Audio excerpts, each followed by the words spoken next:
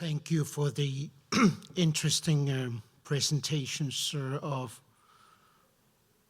the explorations and the experience that you all have toward Greenland.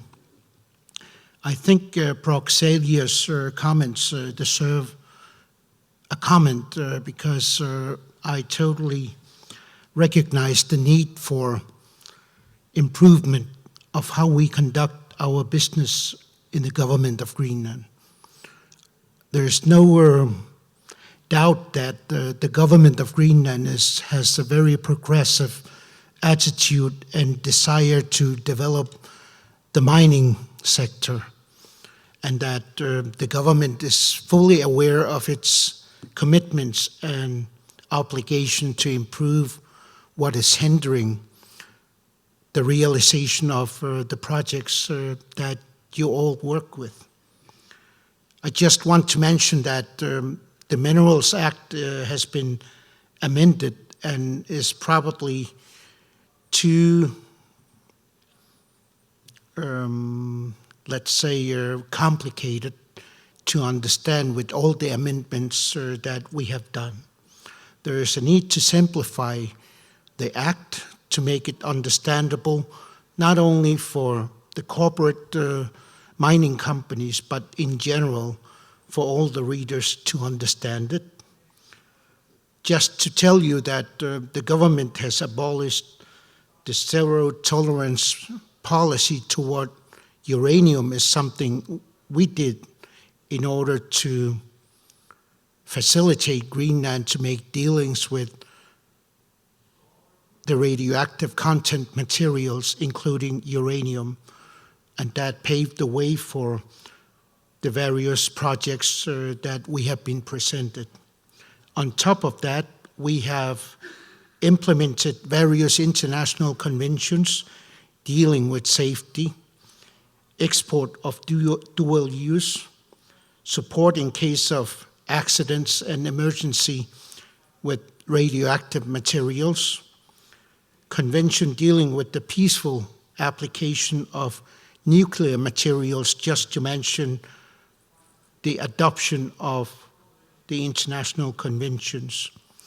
We also make agreements with the Danish government in order to have a clear agreement on who's doing what and why. We also introduced a deduction of the corporate tax, where we have lowered the taxation with 5%, and we intend to lower it even further in order to improve our competitiveness to get businesses in Greenland. We have also constructed the fiscal sector's legislation to obey the European standards, to have the same rating as the European fiscal sector. And that ensures safety and the interest complication if Greenland had another rating than the EU adopts. We have also incorporated the Corporate Act in order to implement the European standards, which has been a complicated 3-year introduction to uphold the European standards as well. We also bolstered Greenland Venture in order to get funds to support mining projects, as we have seen. The money didn't came from the blue. It came because of the cooperation between the government of Greenland and the government of Denmark in order to facilitate the funds to develop growth and jobs and to generate revenues. And it has been a collaboration with the Ministry of Industry and Growth in Denmark and the Department of Industry in Greenland. We have also a so-called large-scale act that we have incorporated various demands for large-scale projects that we have seen. This enabled us to have a certain standard concerning the use of foreign labor in Greenland, but also to safeguard some strict regulation on the dealings with large-scale projects that we are seeing. So we are doing a lot of things to improve our dealings, but there is no doubt that our rating, according to the Fraser Institute, deserve a much more strict improvement for us to facilitate exploitation permits, and that is what counts.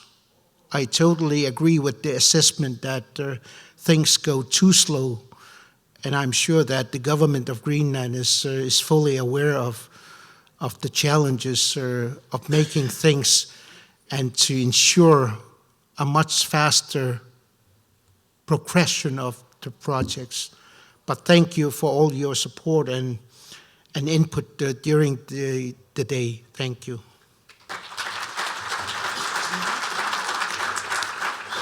Thank you very much. Now I would like to welcome Qvist Frederiksen, who is a consultant at the Confederation of Danish Industry, to say some closing remarks.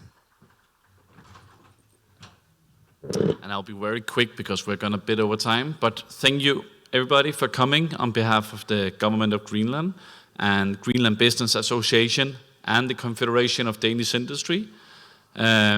I'm sure this is just a tease of all of you, so you're all welcome to come to the booth and hear more, both from the government and from the business and the companies, what they have to say, because there's a lot of opportunities in Greenland just waiting out there, and the investments are there.